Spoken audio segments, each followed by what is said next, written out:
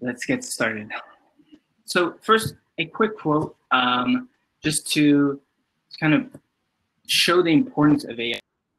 Andrew Ng, he's the founder and CEO of Landing AI. He says, artificial intelligence is the new electricity. And Andrew Ng, considered one of the most prominent people in AI. He did a lot. He has Coursera, and it's he's really good. But so the quote highlights how AI is starting to shape the world, and you have other high business officials like Mark Cuban, who also agree that if you're not into artificial intelligence, you're getting accustomed to it. So when we're talking about neural network architecture, this is a very broad view of it. We're looking at one of its applications is image classification, which is what we base our workshop around. And for this network, so it's classifying whether a picture is a dog or a cat. And we do this through feeding a network several pieces of data. So we have pictures of dogs, different kinds, very important, very important in artificial intelligence, excuse me. And so we're feeding them pictures of different dogs, big dogs, same with cats. And our goal is that we have this model, we gave it a picture of anything, and it would classify it whether it thinks it's a cat or a dog. And so with red dots, what's called nodes, and they almost simulate a very primal way of simulating neurons. So oh no, this is the math, right? This is the part that everyone kind of dreads, right? Or most people. I will be the first to tell you that math is not essential in AI. Of course, math is when you're researching about AI, when you're trying to optimize a model really deeply, and it's always good to know the math concepts, but and if you guys are not familiar with libraries, they're just open source coding where you can import it, and people have already done, for example, the math, like Sigma, then you could just import it from there, use it without really knowing how to do the math. So with libraries like NumPy, TensorFlow, PyTorch, we have multiple already defined math functions. And so you don't need to know math, but it's always good to know more or less how it works. So we're feeding through the system left to right, right? In this case, x sub n. So it's whatever node you have, right? It's the number of nodes. And so picture, pixel, some kind of value. And then we're trying to weigh it to figure, okay, well, this particular node, this particular spot in our neural network, what weight does it have on classifying our image at the end?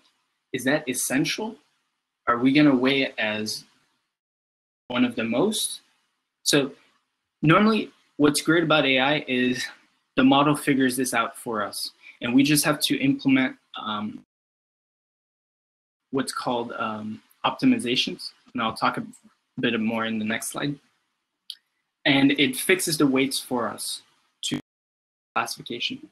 And so then we're seeing that it goes to Sigma, and that's just combining all the weights and so on, summing it. It's called an activation function, which is defined by phi. And what that does is it, depending on which one you have, because there's the most common one being like ReLU, And so normally what an activation function will do is it will push the data proportionally to be able to see the value that we have. And so that might seem a bit difficult to understand, but don't worry, when we go into the architecture of some of the most common ones, so now this part is also, again, math looks complicated, but I'll explain it to you. I think once you taught how to do this, it should be pretty easy, at least the concepts. So we're looking, if you can see from a cyan, the circle that's dotted with the, you have an axis and you have a, see, that is what I just covered in here. You see the similarity? So that's our base neural network. And so now we know a little bit more about how this goes, but we have this added part to it, and it goes back into, I mean, what is this? And it may look complicated, but again, it's just take it step by step. So we see activation function is labeled. That's a different kind of activation function. You'll see that it'll be between 0 and 1. Fit it. And so then it goes into what's called backpropagation. Of course, first we need to do our opt. And there's many systems to optimize, like I mentioned. My personal favorite, for now at least, is gradient. What you can see on the right is, excuse me, a 3D graph, right? And this is high calculus. You don't need to know high calculus to be able to understand it. We can use the analogy of trying to go down the mountain, and of the mountain, as you can see with where the red is. So high elevation, and how should we climb down the mountain, reach a normal level most efficiently? And that's what gradient descent does. It tries to find the minimum point, the absolute minimum. And the reason we have that is because we're trying to, this represents what's called loss. Loss is very important because loss is a metric to show the accuracy of our model. So it compares the accuracy of what our data is. So a cat or a dog. So if my model says that a picture of a dog is a cat, that loss is bad. So then this is why we have backpropagation. We try to make the as low as possible. Then we backpropagate it, which means that we just, and you can define how many times you want to backpropagate. That also matters. And yeah, what backpropagation does is it iterates back to the weights, and it fixes the weights based on this mountain. Finding our way down the mountain can help us basically fix the weights to hopefully get lower loss, so that accuracy, right? And then we can classify the dogs and cats. But, and this is a big point I keep on, that neural networks are for everyone. And of course, if you're interested, they could be for like the guy on the left, who is very interested in math, likes learning about math, and wants to know deeper into these functions. Why does it work and why does it not? Like this woman who just likes to search and code artificial intelligence. She may not know all of the math behind it, but she's more than capable to create great networks. And of course, your friend, there's plenty of resources that are very supportive of people trying to learn. And so when we're looking at, when we're comparing it to a human brain, because you have to remember that neural networks are meant to be almost, it's meant to be based on our brains. So our neural networks, like network of neurons, and but yeah, although we're making very good progress, and so to compare, to give a little bit of a comparison, our brain has around 100 to 1,000 trillion synapses, and estimated to have a billion neurons. And then when we compare it to one of the most novel models, and some with it's a good benchmark to see what the most complicated model there is yet is GP3, OpenAI, which is a big company.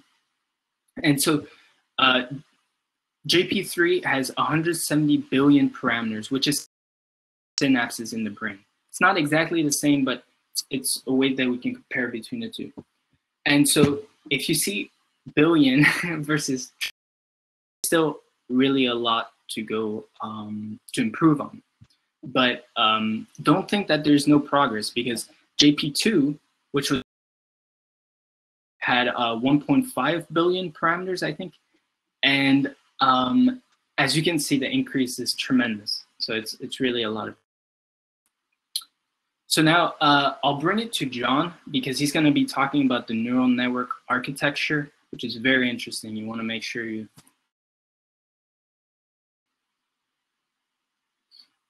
Great. So as Hermes quite elegantly put, neural networks are essentially a way of like us telling the computer how to learn.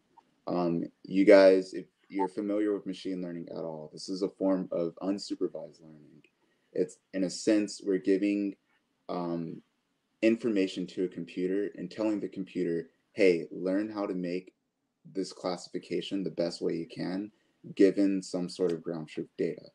And there's plenty of ways you can do this with plenty of types of data for plenty of types of tasks. It's very versatile, and I'm going to talk about some of the most common ones that you can use in your hack this weekend. So if we can go to the next slide.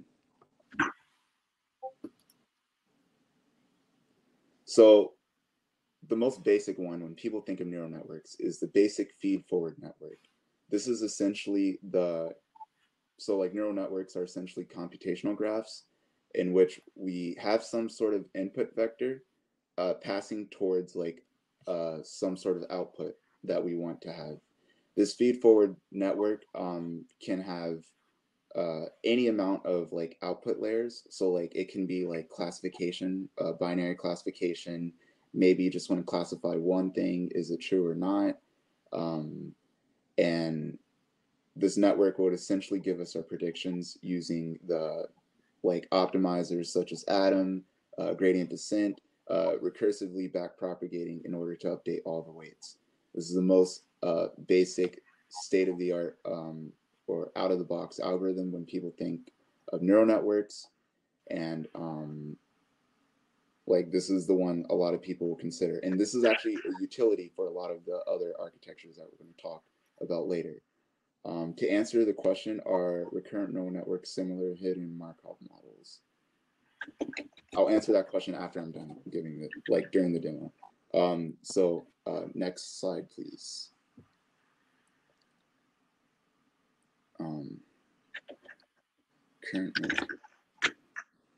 Okay, so then we have convolutional neural networks. So similar to the feed-forward network, when we're trying to like give some prediction towards the end of the graph, convolutional neural networks is only adding an additional layer of complexity, if you want to consider it that, but essentially we'll input a matrix-style representation of an input. This can be an image, perhaps it's like some sort of feature that's like a matrix-wise that you're trying to extract. It could either be one-dimensional if you want. So like this representation of like this image or matrix or whatever input you feed into this convolutional neural network would go through a series of convolutional layers. Convolutional layers is essentially kind of like a sliding window kernel approach in which we're extracting relevant information such as edges, lines, it could be color even. There's even filters or convolutions that can extract like advanced stuff such as heartbeat, and like you can track people's cardiovascular blood flow like in like the most advanced phases of like implementations of this. But essentially we're extracting some sort of information important to the actual image or input vector that we're feeding into the network. And this would then go through like a basic feed-forward network to give us our predictions. So we have like a series of convolutions, poolings, and ReLU activation functions in order to extract this information, in order to give us the most accurate representation of the image using the least information as possible. So if we can go to the next slide. Yeah, it's so recurrent neural networks. Recurrent neural networks is a popular one used for time series prediction. So so we already established the fact that neural networks are really good at predicting stuff. It's really good at giving you a classification, perhaps a prediction, forecast, or whatever. But what if you have a string of information that you want to predict, such as text? If I say there, contents, if I say there, content is decided, like context is important. So like there can either be there for referring to like possessive, or it can refer to like, oh, look over there. So like this is used a lot in natural language processing. Perhaps it's information about speech, information about like context and like images. If you want to like classify an entire scene, action scene, in order to like have the network classify an entire scene given the predictions. A variant of this that I'm not going to go into too much detail is a long-term, short-term memory network, which improves upon the vanishing and exploding gradient problem that recurrent neural networks tend to have as it tries to memorize its input sequence and optimize in the back propagation process that so like the loss will like either converge or diverge into infinity or zero. We can go to the next one. I promise I'll answer Amar's question after the next one. So autoencoders. This is a very popular one. Adrian Perez giving the neural machine translation workshop after this. This is his favorite like network. He like does this too beautifully. Autoencoders are essentially popular for a lot of things, but one of the most common tasks is for image representation or input representation. So like what this does, you feed it through like a network and it'll compress it into something called a latent space, which is just essentially like kind of like convolutional neural networks, where it's compressed into like a vector that represents the image or input vector the best it can in like the least amount of data as possible, and then it tries to reconstruct this data the best way in order to like learn based off the ground truth. So if you see like this example, it's converting like a 3D rendered mushroom into like a cartoon mushroom from Marvel, which is one of the common tasks it's used for. It can also be used for anomaly detection. Let's say you want to define like detect people or like deepfakes, for example. Let's say we have like some constructed fake video or like cartoons. Let's say we're going to detect cartoons. If we pass an image of myself, which is clearly not a cartoon, it would go through this autoencoder, and then the loss function of this autoencoder would be very high, higher than usual, past some threshold, and then that can serve as the boundary in order to detect anomalies. So the last one is Gans, Generative Adversarial Models. And this one is essentially similar to an autoencoder, except that we have a discriminator network. This is a very popular one, given the most attention because, especially in like areas such as national security and the security arena in general, in that like we have these AI systems robust. However, it's easy to exploit AI in neural networks. And a way that we can do this is using its own technology against them. We can create a model that's able to represent itself using an autoencoder the best way it can, and use a regular feed-forward network, like a regular CNN feed-forward or whatever classifier network, in order to serve as a loss function. So what we're optimizing is a discriminator network. We make our models so good such that a discriminator network cannot detect it whatsoever.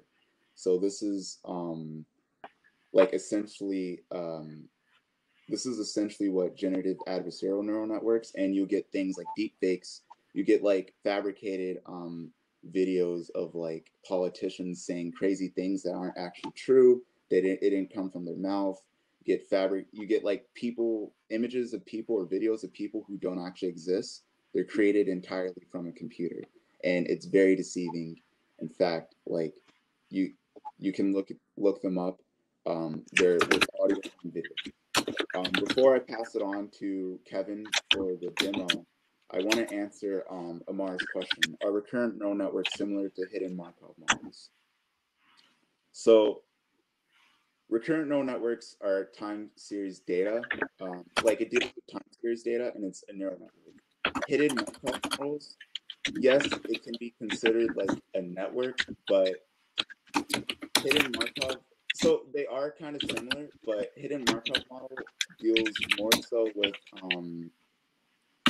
like, excuse me for not having done like this research on hidden Markov models in a while, but they are kind of similar, but there are some inconsistencies or some differences between the two.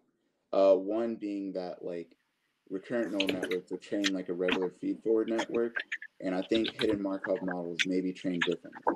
If anyone has a better answer than this, please feel free to put it in the chat. I can follow up with you, Amar, afterwards. I just need to review hidden Markov models.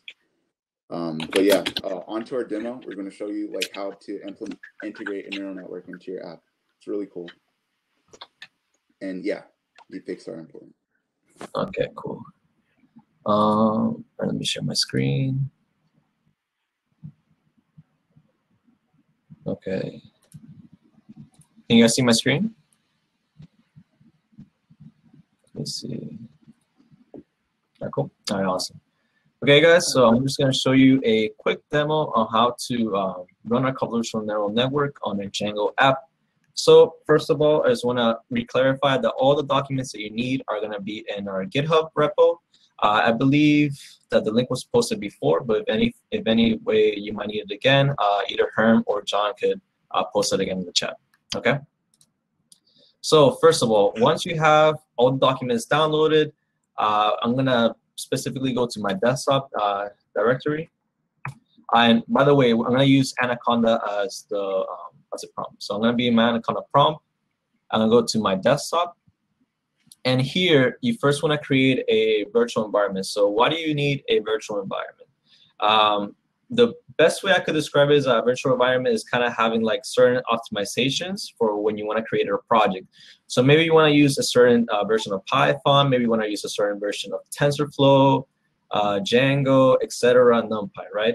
So virtual environments are really, really handy when it comes to you wanting to create a specific environment for whatever problem you're trying to solve, right? So again, I'm going to go to my desktop. This is where I have all my files for the repo. So first, we're going to create our virtual environment. So the way to create a virtual environment would be conda. And you do create. And you do 2 dashes, name. And then you could put whatever name that you want for your environment. I'm just going to do a classifier underscore TensorFlow, since we're using TensorFlow, and then environment. Okay, cool. Yes. That's fine. Okay. So now that I have created the environment, I have to activate it. So I do conda, activate, and then the name of my environment again. So do classifier underscore TF, TensorFlow. Kevin, 1 second. What's up? Can you make the prompt a bit bigger? Oh, yeah, my bad. Gotcha. Yeah, no worries. Is it better, guys? Let me see. Is that better? Okay, cool. Yeah, if you want, you can click on properties and change the font. Change the font? Size. Like, right-click property. Where? Right-click on the prompt. On the prompt here? Okay, gotcha. And there's a font size there. Okay, cool. Let me see. Let's make it. Let me see this one. So remember, guys, you can make this A little bigger. So sorry about that, guys. Let me make it a little bit bigger so you guys can see. Okay, a little bit smaller. Okay, cool. That's better. Okay, so again, we created our environment by doing conda create dash dash name and then the name of your environment. So now I'm going to activate it. So by activating your environment, you do conda activate and the name of your environment. So once it activates, it goes from base to the name of the environment. So that tells you, hey, you're in your virtual environment now. So now we're going to download the requirements. And again, the requirements are all in the GitHub, posted on our repo. So how I'm going to do this is pip install and do -r. And then I have my requirements in a text file all in the same desktop. So I'm just going to do requirements.txt. And that's going to download. It's going to take a little bit. Maybe not. We'll see. Oh, never mind. Didn't take long at all. So now I have all my requirements listed. So if you still want to see that you have them, you could do a pip list, I believe. And that's just going to show me all the requirements that I have downloaded from my environment. Okay, clear the screen. And so now I am going to run my Django app. But first, let me change to my directory. So I have my project in Django underscore, I believe it's classifier. No, I think it's image classifier. Okay, cool. So now in Django specifically, when you create a Django project, it's gonna create a lot of files for you. But the way to run a local host in Django, you need to do Python manage.py. Manage.py is a Python file that you have in Django, and then run server. And if nothing is wrong with your server, if it's working correctly, it's gonna use TensorFlow backend twice.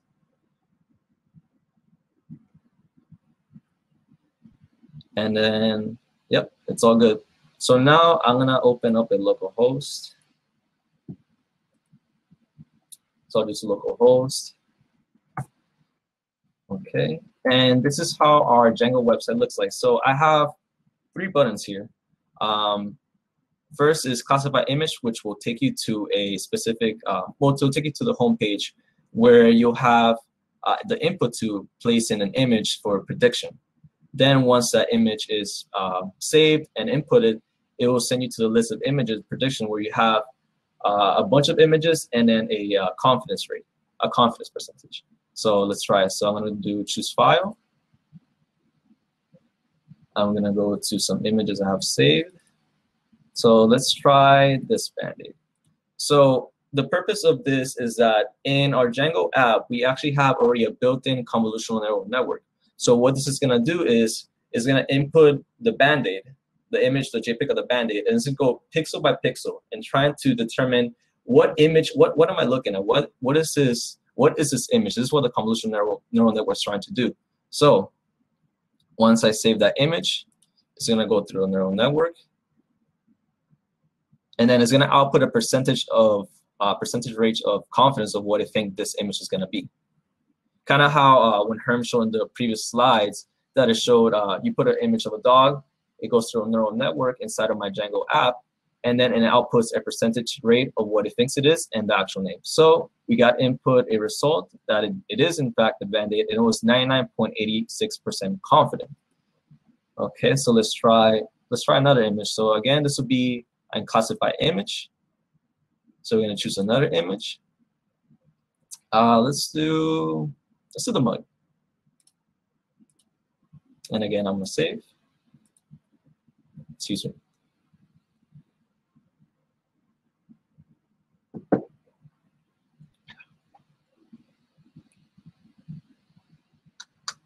Let's take a little bit long, and there we go. So this time I thought it was actually an espresso, and it was a 99.19% rate of confidence. Okay, let's try one more. Let's do the ruler.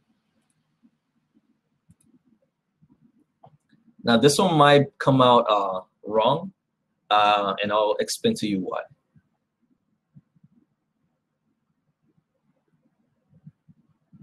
Oh no, it did come out. Okay, rule. So sometimes I was expecting it to come out wrong, but actually came out 99.9% a ruler. But sometimes when you might input an image, let's say something more complicated, something more complex, the neural network might have a hard time trying to understand what it is. So sometimes it might think that it's something else, and the percentage rate might be completely different. That happens when you input certain images that the neural network hasn't been trained for. So usually you want to specialize a neural network with images that you got trained before, and then it makes a better classification, does lower losses for the function. And let's try one more actually. Let's try the car. That one's a little bit more complex since there's different kinds of cars.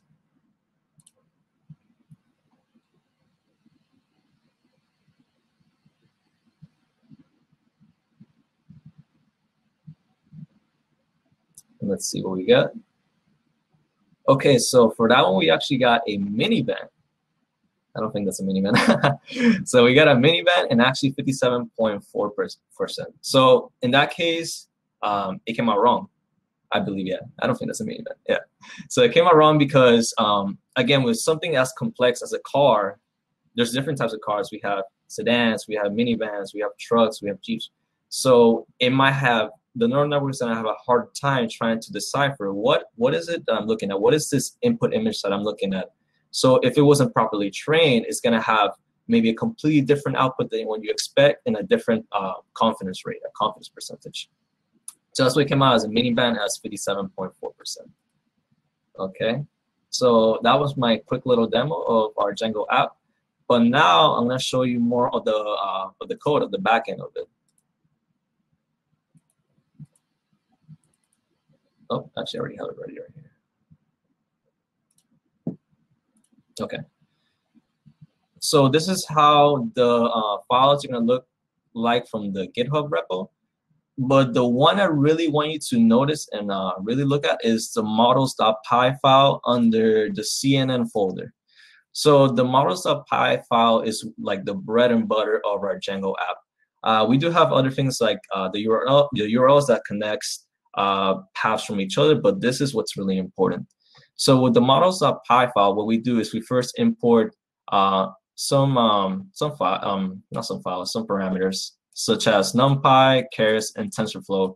And for those who do not know, just in case, NumPy is a kind of a helper array. It allows you to be able to deal with multi-dimensional arrays and matrices. So it's really helpful when it comes to neural networks, right?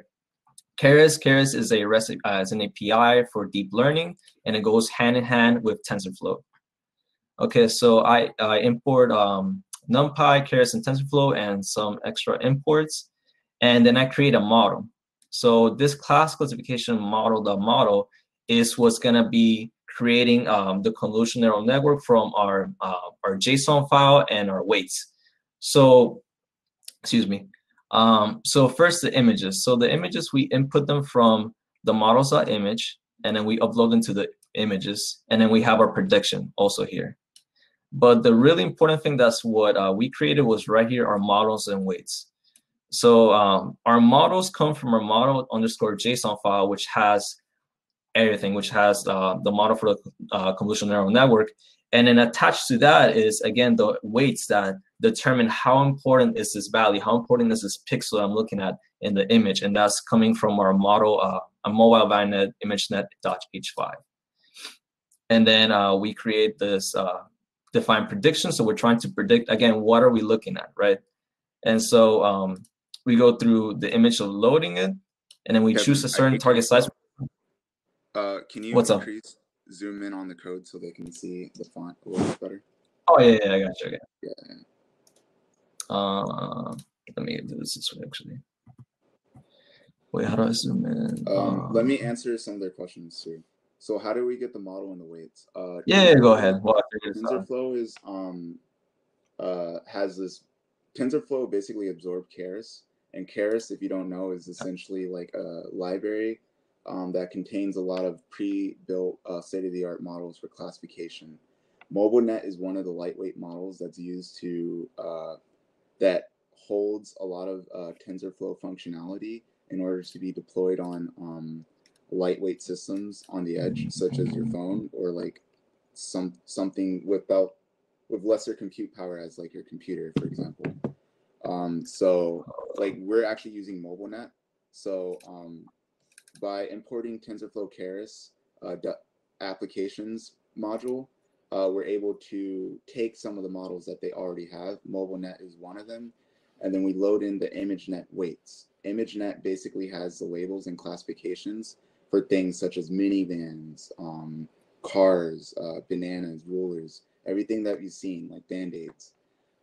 So like when you build a neural network, this is typically done outside of the application. And the only thing that's needed is the weighted file, the frozen state of the graph that we need in order to make the predictions as acute as possible, as precise as possible.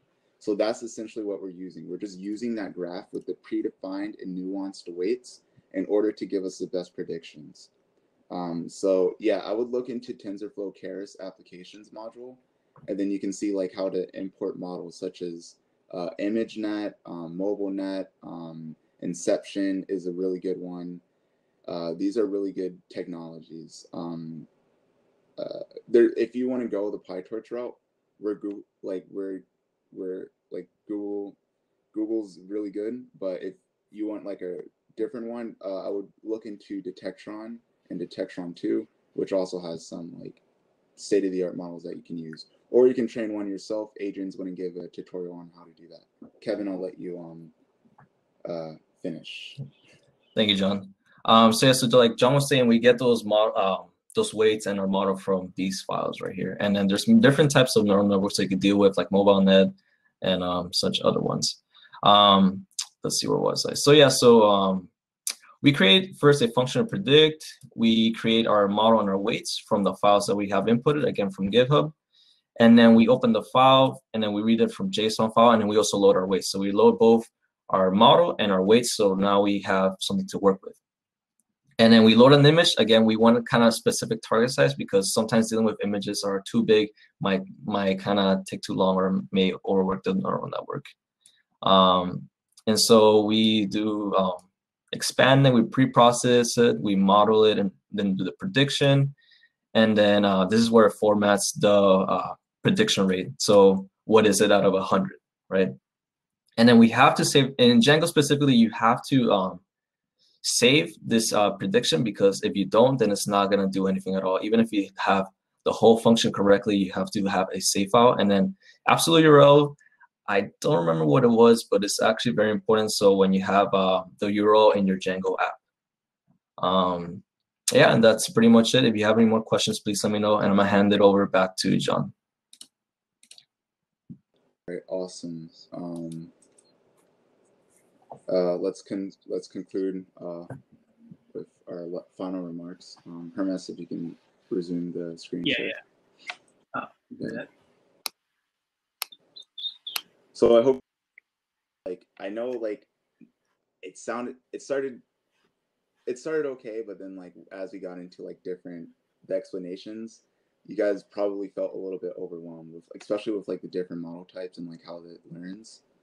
Don't worry. A lot of these applications and these concepts are abstracted for us as a developer. As software engineers, the most important thing for us to know is how to use these models in order to, like, be integrated into our application, which is what we wanted to show you as an introduction, to show you the power of neural networks. If you want to create your custom model, you can take what you've learned here and, like, kind of apply them and look into TensorFlow or PyTorch and kind of, like, build up from the ground up, from scratch, a model to serve your specific needs in order to get those weights or the model that you need for your React application or Django application. So that's essentially it. We want to say thank you, and I'll let Herm. Yeah. So then with this is our LinkedIn's, and how structured this is, if you see the bottom left, it shows linkedin.com/in, and then you can put that. So if it would Kevin, I don't know where my video went, but like on hopped in, but you have Kevin at my name is at his name, and you please reach out to us if you have any questions, if you just want to network. Thank us. We love that too. And we'd love also feedback, negative, positive, anything constructive. And I hope you guys all think like Lewis, that you want to explore more, and hopefully explained it well. I'll be steps into the repo right now. I'll get started on it, try to make it as comprehensive as possible. And then to John, who's going to DSC. So as you know, like, we're Google Developer Student Clubs. We hinted at it. This is a new niche organization we set up in partnership with organizations already set in place, like UP, in order to bring, like, a more technical and developer-oriented community at FIU. We're looking to provide more of these workshops and a lot of events like this upcoming. Looking forward to our collaboration. Excited to be a part of ShellHacks and everything. I would definitely, like, join if you haven't already. Join our Discord. It's right there. There's a QR code. You guys can just, like, snap it on your phone real quick. It's really amazing. We have a lot of things in store for you guys, along with UP, and we would just like to thank UP and ShellHacks for hosting this wonderful event, and happy hacking, guys. And last thing to end off on, I really suggest going to Adrian Perez's workshop. It's about TensorFlow. You're not going to want to miss it. It's right after ours from 10 a.m. to 11 a.m. And Adrian's the one who inspired me, and I'm pretty sure Kevin as well. And yep. John was really into AI, but he definitely got... No. Adrian inspired me. Man. He inspired all of us. Adrian's the godfather. Adrian is the godfather of everything. If you want to learn, go to his workshop after this one. Like, he's the godfather. He inspired me for sure. I'm his protege. Yeah, so I definitely recommend it, and hope keep exploring. Check out the GitHub. Send it to anybody you want. We're glad to help.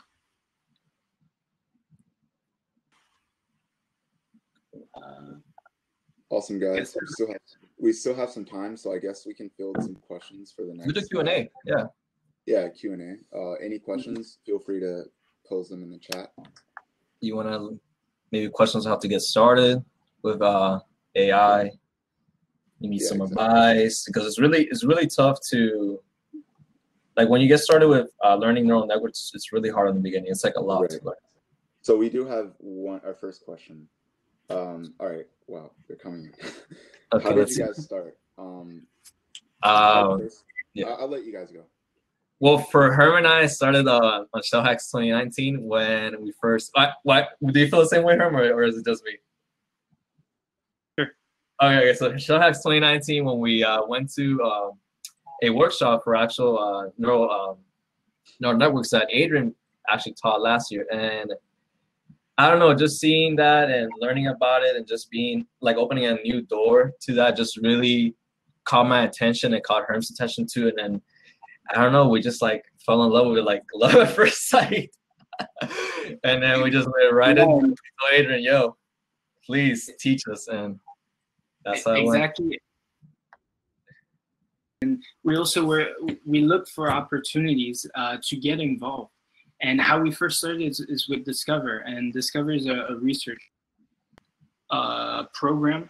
And so all three of us we're in a team actually together, and we're researching actually about deepfakes and how to detect them. So that's really how we got into it. And I would suggest, if you're trying, how do I get into this? Just go head first, try a project. It doesn't matter if it fails. It's good if it's just get the hang of it, and like that you'll start to see it's a complete different world. You're looking at concepts that you've never heard about, and there's, like we mentioned, there's so many architectures that you'll hopefully fall in love with it. Let me answer. Yeah. So the good data sets, I think, is on the next one. Yeah, good data sets. Well, real quick, I got started on meeting Adrian, and then my internship, I was kind of thrown into the fire with AI, so like I had to learn like really fast. What are we working on right now? We're discover deepfakes, so that's what we're working on. How to detect deepfakes, a novel architecture method, system really of how to do that. Good data set for training my AI models. I would search Kaggle. Like, there's a bunch on Kaggle. Like, whatever you want to find, like, just go on Kaggle. Just like live on Kaggle, breathe it, eat it. Did you start learning it in uni first, or did a course before? For me, it's still all online. Like, you have to be willing to do your own research and go out there and take time out of your day to really like learn. Yeah. Can you send the link to the right? Yeah. And what would you advise, like, resources at FIU? SparkDev for sure. SparkDev's a really big resource. I would get involved in like research. Discover is a great one. There should be more teams coming out soon. DSC, that's what DSC is for too. Like DSC, we're gonna have like plenty of resources that will help like uplift programs like SparkDev, and we have our solutions challenges too. So there's a bunch of resources coming to FIU, but for now, like SparkDev's definitely one of the biggest ones. Do you guys take any particular classes to help reinforce your learning? Andrew and Stanford and Coursera. Definitely that's one of the first ones I took, and that's what really started opening my eyes about some of the information and really started helping me starting to teach myself how to even understand this field of artificial intelligence. Yeah, Jose. Yeah, I'm definitely gonna hit you up. I would talk to Yosef. He's an organizer for ShellHack. Reach out to him. I'm gonna send you his information. He can definitely connect you with those guys. SparkDev is for FIU students. I think so, right?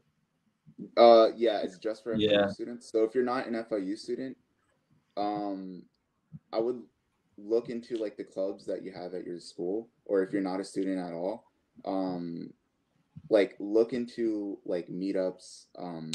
Try to get a community, an AI community. Yeah, that's really helping all of us. Yeah, that helps. Yeah. And yes, Sparkle's open to anyone in UP, even outside of UP. It's everyone can join Sparkle. About the internships for Florida University and getting into it. What do you, I don't understand that question, but like, if you want to get internships, just do hackathons is like the easiest way to like include things on your resume. And like interview prep, leak code, HackerRank, like that'll definitely get you in. So it's 10 o'clock, guys. We have to go. We have to like do a hard stop. So feel free to hit us up if you want to network on LinkedIn. You have our Discords. Join the DSC server. Great resources out there. All right. Peace, guys. Check out the GitHub. Yeah, check out the GitHub. Yeah, check out the GitHub. Okay. Thanks for joining, guys. Thank you, guys. Have a good day, okay? Peace.